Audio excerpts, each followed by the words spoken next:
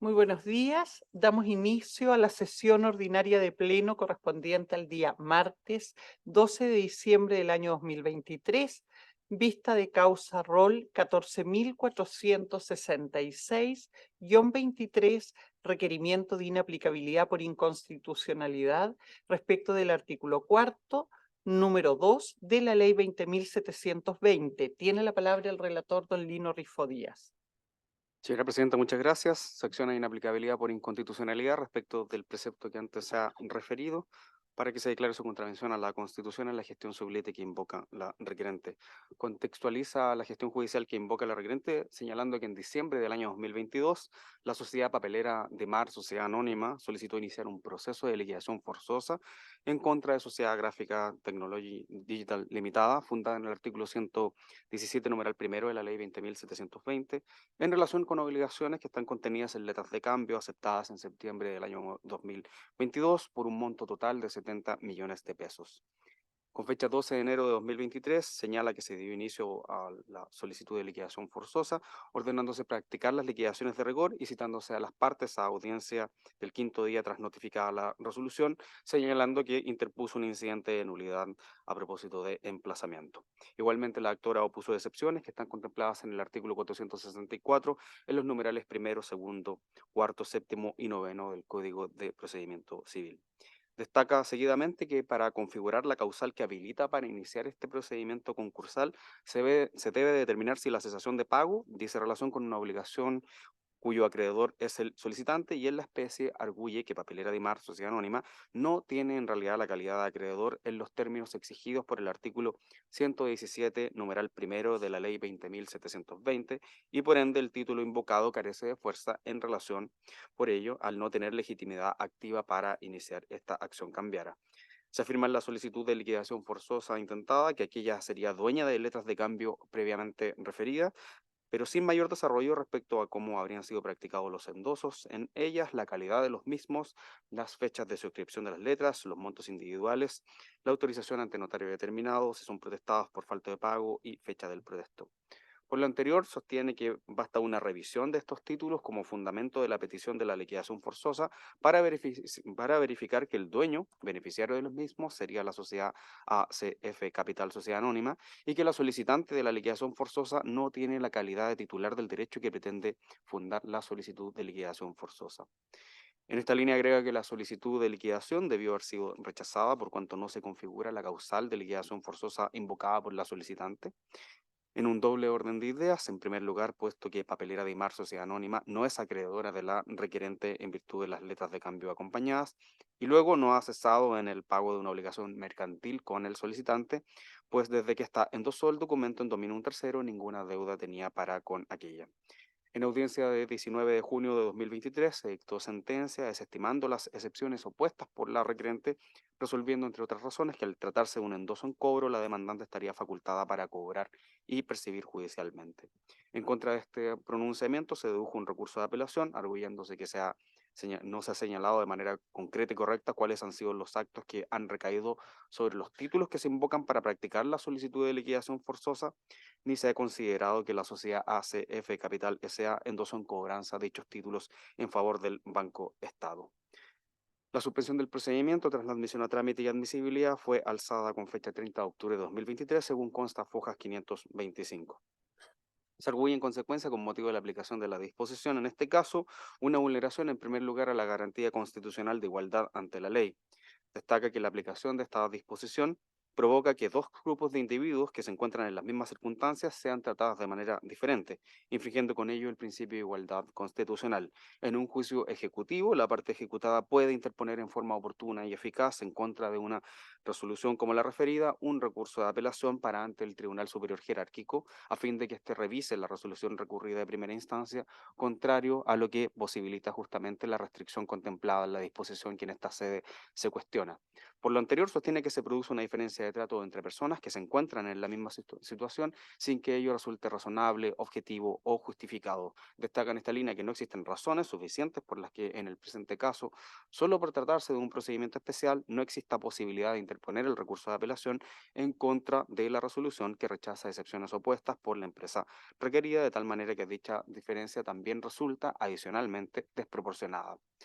Arguye que existe una vulneración igualmente a la garantía constitucional de debido proceso, destaca que el derecho al recurso o revisión de lo resuelto por parte de un tribunal superior es parte integrante de la garantía del debido proceso, esto en línea con el artículo 19, numeral tercero de la Constitución y normativa internacional de derechos humanos, tal como el artículo 8.2 de la Convención Americana de Derechos Humanos. Para el caso planteado, al no existir, según el tenor literal de la disposición que se cuestiona, ningún otro recurso ordinario ante un tribunal superior, se limita perniciosamente la privación de la posibilidad de la parte agraviada para efectos de lograr un examen más amplio y eficaz ante un tribunal superior, de manera tal que el juicio se transforma en uno de única instancia. Añade que además la vulneración del derecho a la defensa en este caso resulta desproporcionada toda vez que atendía la naturaleza jurídica de la resolución que resolvió y rechazó las excepciones opuestas, solo hacía procedente en su contra el recurso de apelación, no obstante lo cual aquel resultaría improcedente al tenor literal de la disposición cuestionada y en consecuencia no proceden otros recursos ante un tribunal superior. Por tales motivos pídese acogido el requerimiento en todas sus partes. Consta a fojas 483 del expediente constitucional el traslado evacuado por papelera de Imar Sociedad Anónima solicitando el rechazo del requerimiento, arguyendo que no existen contravenciones constitucionales. Inicia refiriendo que en la gestión sublite sí se dedujo un recurso de apelación en contra de la resolución a la que antes se ha hecho referencia, que ello consta a fojas 41 del expediente de fondo acompañado y que aquel habría sido igualmente concedido. Desde lo anterior, arguye que, habiéndose concedido el recurso de apelación deducido por el requerente en contra de la resolución referida, resultaría imposible concluir que los efectos que el requerente atribuye al precepto legal puedan en realidad verificarse. Añade en esta línea que el requerimiento debe desestimarse porque no ha tenido la posibilidad de generar tampoco efectos contrarios a la Constitución. En primer lugar, porque el precepto legal no impide el recurso de apelación. Destaca que esta disposición no impide recurrir de apelación en contra de la resolución que no da lugar a las excepciones interpuestas por el deudor.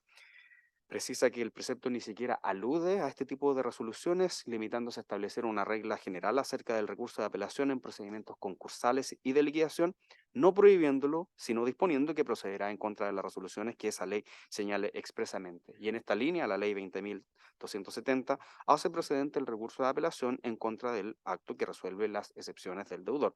Para concluir lo anterior, señala que debe considerarse en primer lugar que el inciso segundo del artículo 128 de la ley 20.720, ubicado en el párrafo sobre el juicio de oposición, dispone que la sentencia que rechaza excepciones del deudor debe ordenar su liquidación. En consecuencia, señala, resultaría claro que el rechazo de las excepciones y la orden de liquidar debieran formar parte de una misma resolución.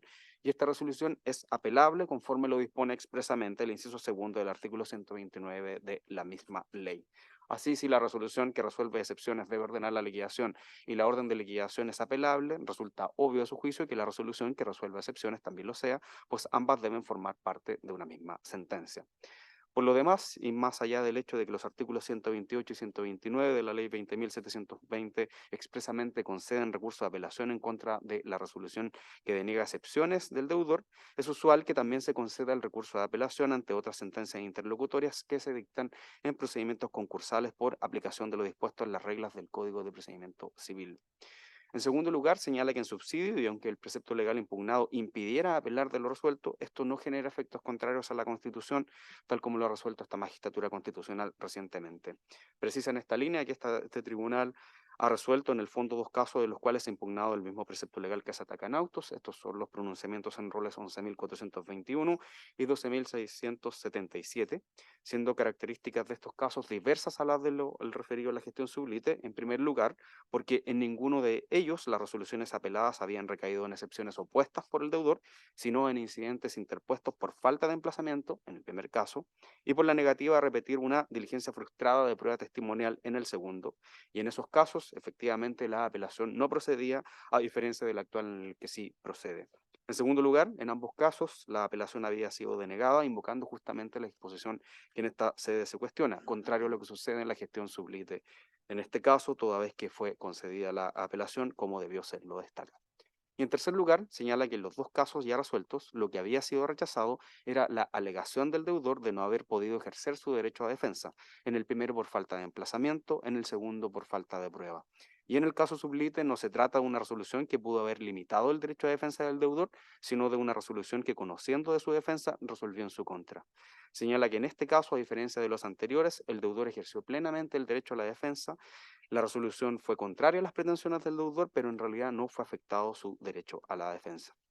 En tercer lugar, señala que incluso tomando la sentencia más favorable al requerimiento, las características de la gestión judicial pendiente invocada obligan a resolver en contra de la acción imputada. Lo resuelto en la sentencia ROL 11.421, con un acuerdo adoptado en enero del año 2021, ha sido presentado, destaca como un precedente por el requerente. No debiera, no obstante, ser considerado como tal, pues más de 10 meses después se dictó la sentencia en la causa ROL 12.677, que ya ha sido referida y que revirtió la doctrina que había establecido la anterior, asentando una contraria a ella. Destaca que incluso si se adhiriera a lo razonado en la causa ROL 11.421, ella no podría ser estimada como un precedente para esta causa, pues entre la gestión pendiente de aquella y la del presente existen diferencias relevantes que obligan a resolver en esta de un modo diverso a cómo se resolvió aquella, tal como se refirió previamente. Por último, arguye que el libelo debe ser desestimado, puesto que concurre una causal de inadmisibilidad en cuanto el precepto no puede tener aplicación en la gestión sublite ni resulta decisivo en aquella. Habiéndose concedido este recurso de apelación, el precepto legal impugnado por el requerente ya no puede volver a tener aplicación por preclusión del derecho a apelar, que no puede ser deducido más de una vez, y por el vencimiento del plazo. Por tales motivos pide que sea rechazado el requerimiento en esta sede. Es todo, señora presidenta.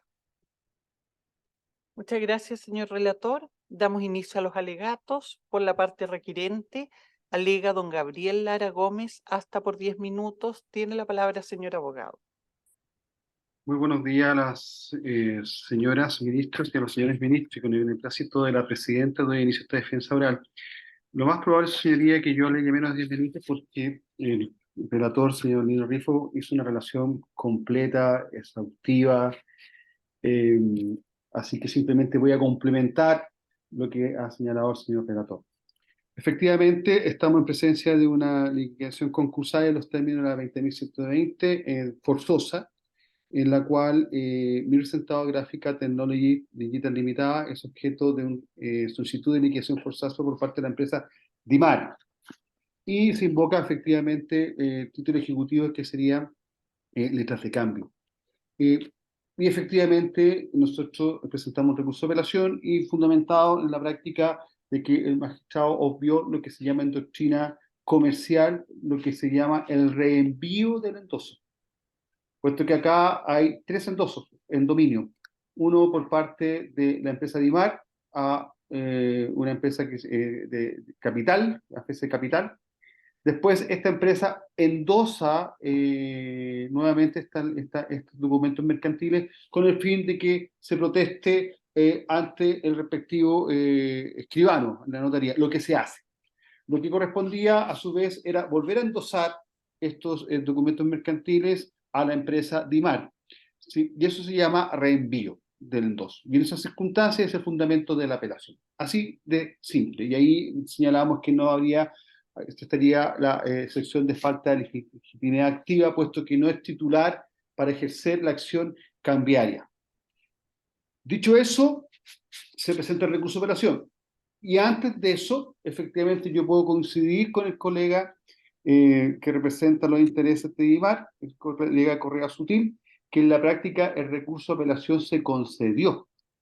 Pero es un tema que este artículo, este tema de si procede o no la apelación en cuanto si el deudor opone excepción y son rechazados, es procedente o no es procedente, es un tema nuevo que se sigue discutiendo y que ha cambiado el criterio. Yo tengo que reconocer que efectivamente existe un cambio por parte de las Cortes de Apelaciones que inicialmente, y siguiendo un tenor como tipo Kelsen, literal de la norma del artículo 128, en relación con el artículo cuarto que estamos discutiendo, se señala que solamente el recurso de apelación procede en los casos expresamente que se señalan. Y dice expresamente. Y el artículo 128 no concede en forma expresa la apelación respecto a la situación de mi cliente. Pero, y también dice cómo se presentó, se cae todo este edificio fáctico, puesto que se concedió el recurso de apelación. Pero cabe recordar que una cosa es que el tribunal de instancia declare admisible un recurso, en segundo lugar, que la sala de cuenta de la Corte de Apelaciones respectiva declare admisible el recurso, y que la sala que va a conocer del recurso pueda declararlo inadmisible.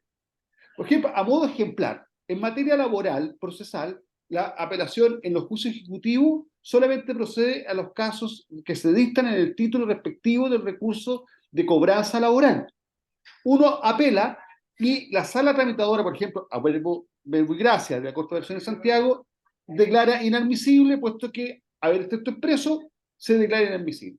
No obstante eso, en ciertos casos, la sala de cuentas declara admisible el recurso de apelación y, entrando al conocimiento, la sala especializada, que en este caso, por ejemplo, que estoy señalando, que es la 10ª sala laboral, que es la especializada en materia laboral, de oficio, no obstante haberse declarado admisible por la sala de cuentas, vuelve y hace un procedimiento en cuanto a la admisibilidad. Y eso es lo que puede pasar.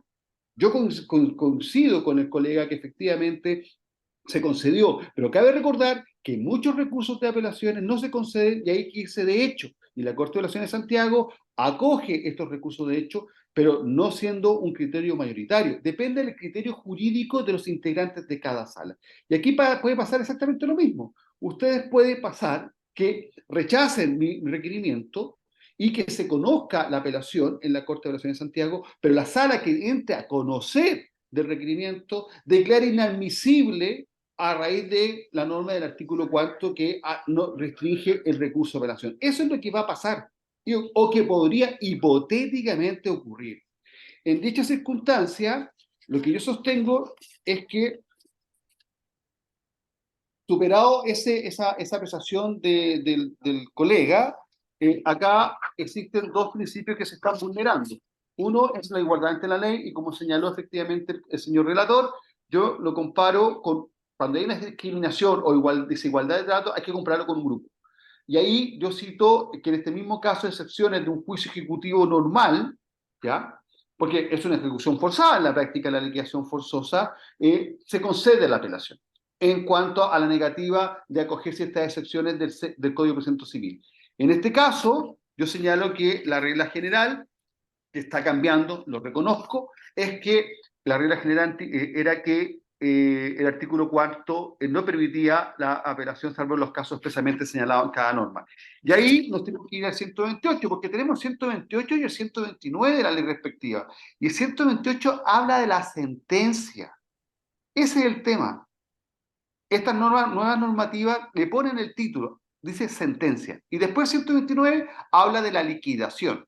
Pero 128 hace referencia efectivamente en el caso de que se acoja cierta apelación y que la regla general que tiene que ser elevada en ambos efectos, siendo la regla general es el efecto devolutivo.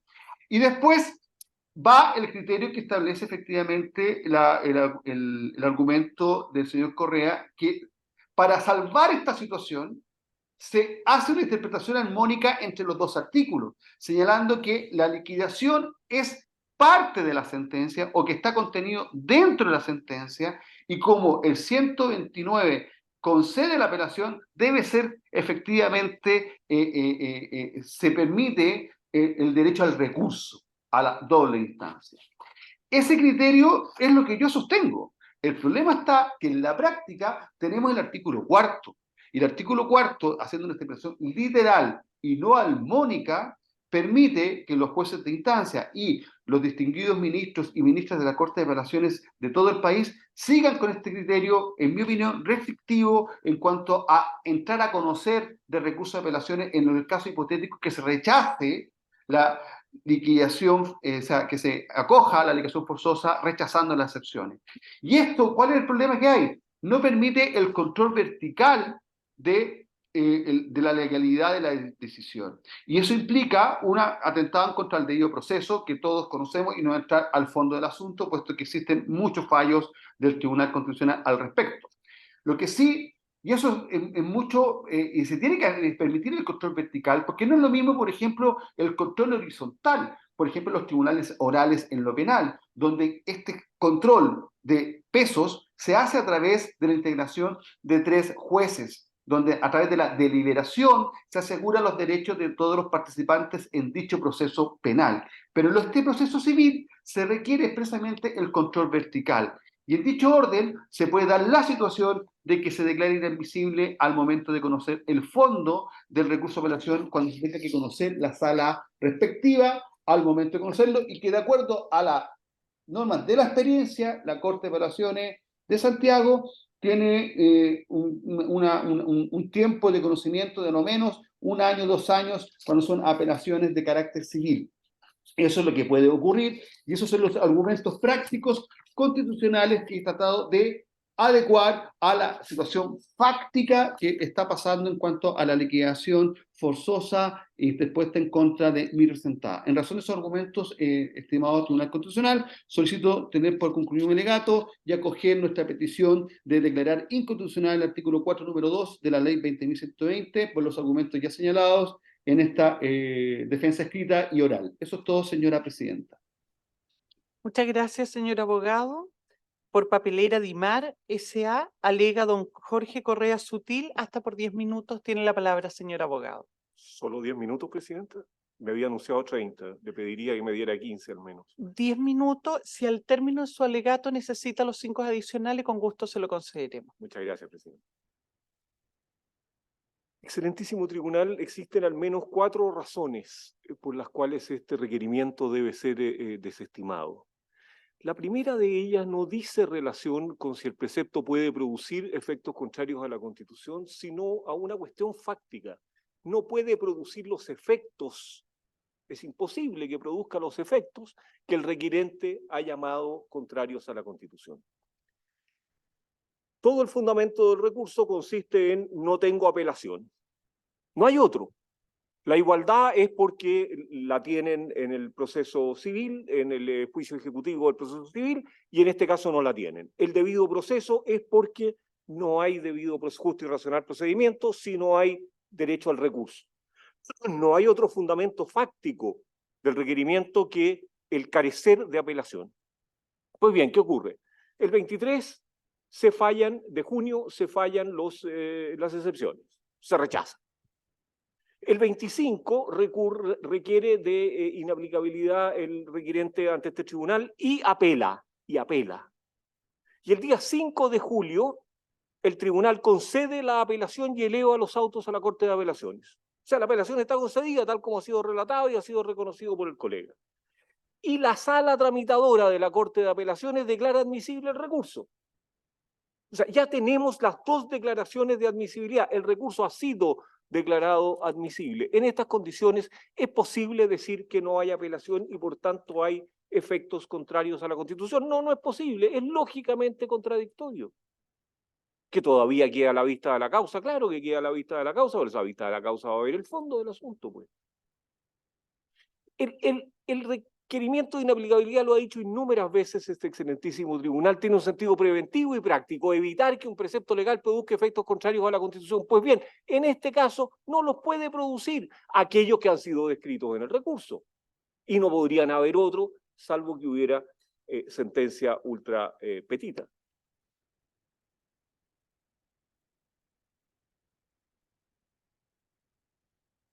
El recurso ha quedado carente de todo fundamento, porque todo él se funda en que el precepto legal impugnado le priva de una apelación y la apelación ha sido concedida. La segunda, el 25 de junio, el día que interpuso el requerimiento de apelación, el requirente pudo haber tenido algún fundamento para requerir, no sabía si le iban a conceder el recurso o no. Pero a partir del 5 de julio, o 3 de julio, creo que es 5 de julio, en que la apelación fue concedida, este recurso careció de sentido. Y el requirente, al haberlo sostenido, no ha hecho más que una maniobra dilatoria. Y ha aprovechado eso para enajenar bienes raíces, tal como está acreditado ya en el proceso. Y por eso voy a pedir que sea rechazado, no solo que sea rechazado, sino que sea rechazado con costas.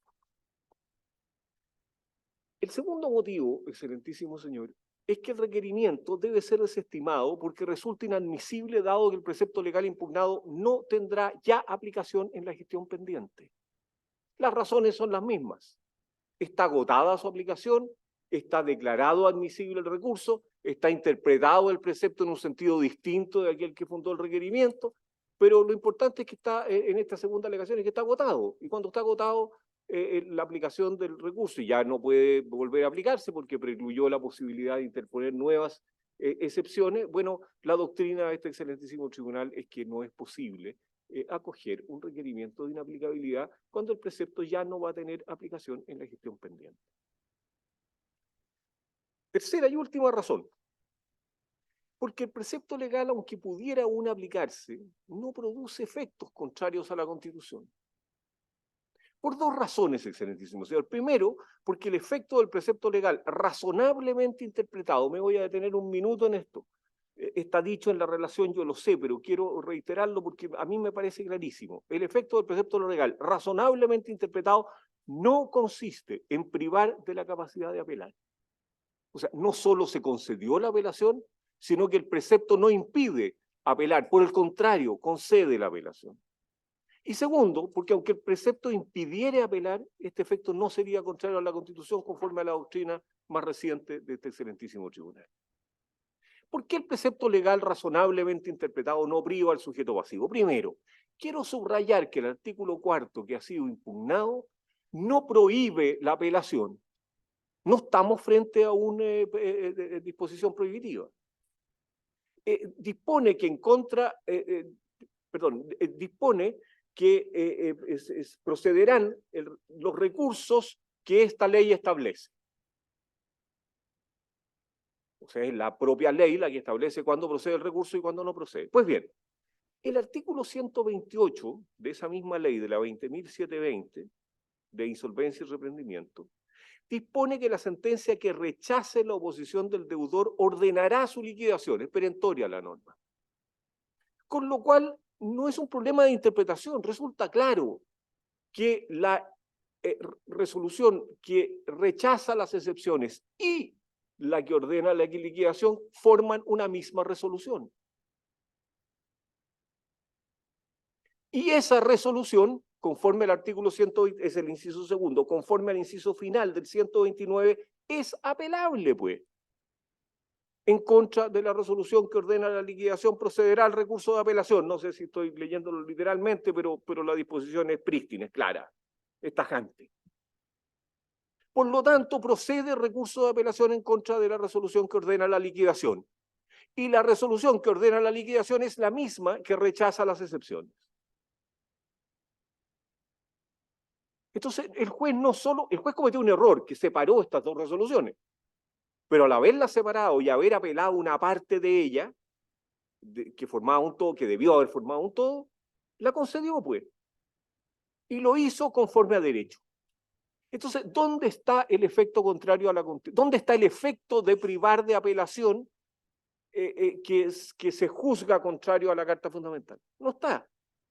No es solo que el juez concedió la apelación, no es solo que la Corte de Apelaciones ya declaró admisible el recurso, no, es que procede el recurso, salvo que malinterpretemos el precepto del artículo 128 y 129 de la ley 20.720. Y no podemos hacerlo porque tenemos que estar a la interpretación razonable conforme a la jurisprudencia de este excelentísimo tribunal.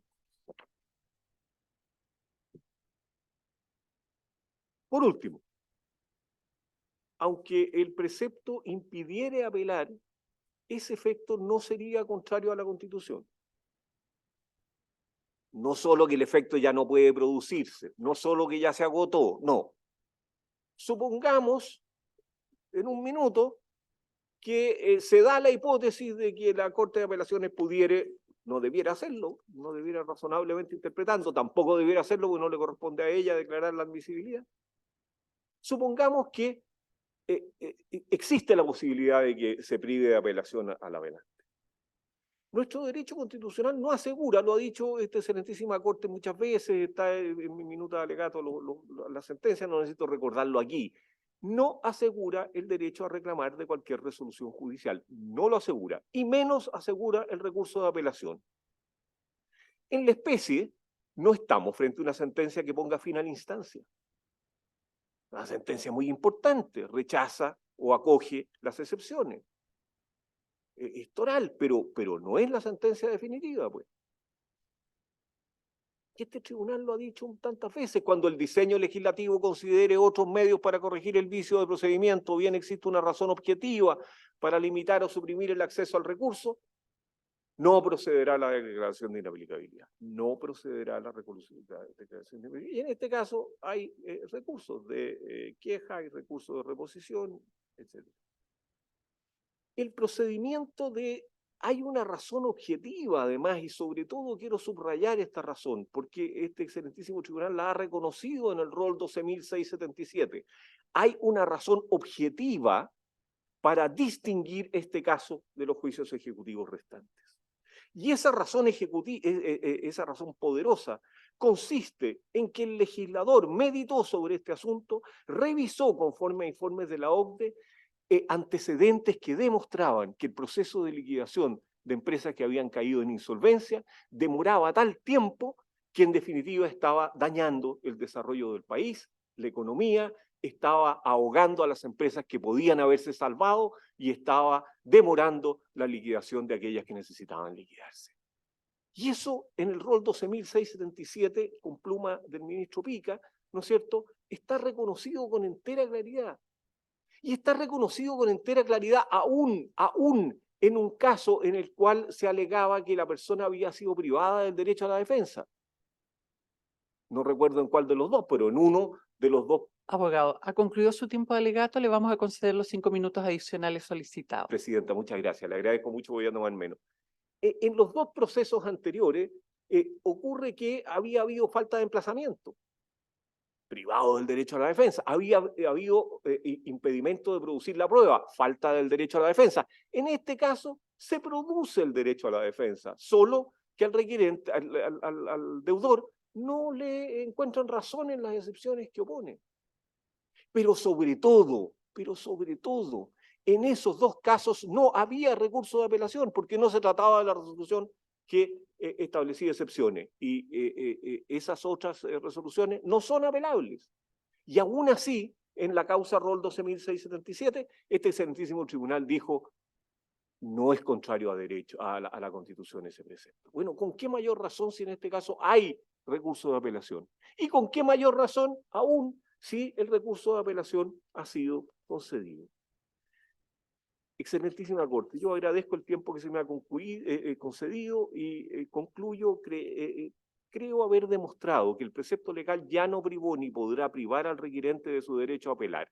Ausente tal efecto, no pueden verificarse los vicios de inconstitucionalidad, es un problema fáctico. Segundo, concurre en la especie la causal del número 5 del artículo 84 de la LOC del Tribunal Constitucional, porque el precepto ya agotó su aplicación posible en la gestión sublite. Tercero, el precepto legal razonablemente interpretado no priva de apelación al actor. Y por último, por las mismas razones que se dieron por este excelentísimo tribunal en la causa rol 12.677.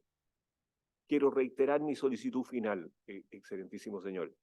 Pido que el requirente sea condenado en costas, porque desde el 5 de julio pasado, desde que la apelación fue concedida, esta acción constitucional devino en una vía instrumental para postergar el juzgamiento de la causa de fondo y enajenar sus bienes, lo que precisamente hizo como se ha acreditado en estos autos. Muchas gracias, presidente. Muchas gracias, señor abogado. Ofrezco la palabra a las señoras y señores ministros. No habiendo preguntas que formular, sea por concluida la vista de la causa. Que tenga muy buen día. Muchas gracias. Igualmente, gracias, hasta luego. Hasta luego, señor abogado.